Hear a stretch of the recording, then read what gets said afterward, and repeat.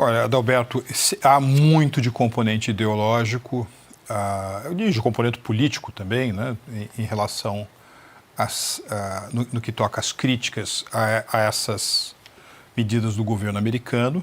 Agora, você tem também muitas críticas que não são de fontes tradicionalmente antagônicas ao Partido Republicano ou mesmo ao presidente Trump. Sim. Por exemplo, o Goldman Sachs, um dos mais importantes bancos de investimento do mundo, tem soltado relatório depois de relatório, análise depois de análise, argumentando que essas medidas puxam os Estados Unidos e a economia mundial para o território recessivo. Estou falando do Goldman Sachs, não estou falando de um grupo de economistas desenvolvimentistas de esquerda, estou falando do Goldman Sachs. Então vamos dar um Jamie Dimon, né, talvez o mais legendário banqueiro hoje em operação, à frente do JP Morgan. Ele tem a mesma percepção, que essas medidas empurram a economia americana e, portanto, a economia global para um território perigoso e recessivo. Você sabe que em Washington você tem muitos think tanks, né? Essas casas de análise, etc. Tem umas que buscam certa independência, outras são claramente democratas. Agora, tem algumas que são claramente alinhadas ao Partido Republicano, né? E que historicamente tem produzido conhecimento, né? Estrutura conceitual para as políticas públicas do Partido Republicano, como é o caso do American Enterprise Institute, ou Larry Lindsey, né? Que foi chefe dos conselheiros econômicos durante a primeira presidência do Bush filho. Quer dizer, todos esses sujeitos estão muito críticos. Paul Ryan, né, que foi,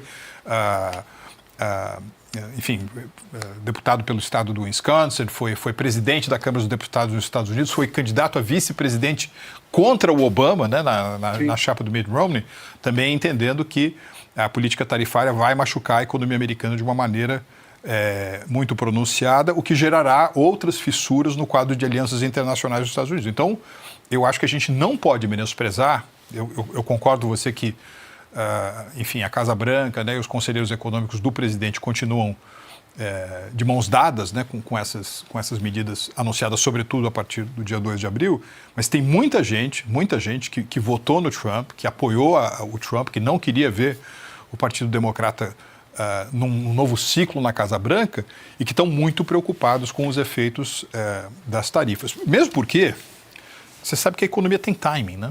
A economia tem um certo sentido de tempo. Vamos supor que você esteja, por um lado, Adalberto, promovendo uma série de reformas que podem multiplicar os benefícios econômicos para aqueles que estão nos Estados Unidos. Então, foi o que eu falei, desregulamentação, desburocratização, corte de impostos. Um dos efeitos da política de aumentar o estoque total de combustíveis tradicionais, né, petróleo, gás para a economia americana, joga o custo de energia para baixo. Isso facilita um processo de reindustrialização ou neoindustrialização dos Estados Unidos. Então vamos colocar tudo isso daqui no lado positivo. Sim. Agora, todos esses aspectos virtuosos, eles acontecem também num arco de tempo.